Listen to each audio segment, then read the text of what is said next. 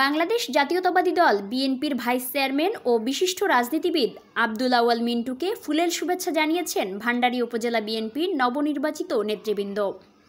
নবনির্বাচিত কমিটির সভাপতি বিশিষ্ট ব্যবসায়ী আহমেদ সোহেল মঞ্জুর সুমনের নেতৃত্বে এ শুভেচ্ছা জানানো হয়।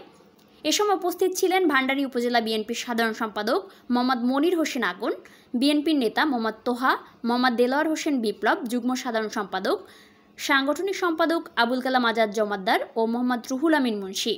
এ সময় নেতৃবৃন্দ বলেন, আমরা কেন্দ্রীয় নেতৃবৃন্দের দিক নির্দেশনায় সংগঠনকে আরও শক্তিশালী করতে বদ্ধপরিকর।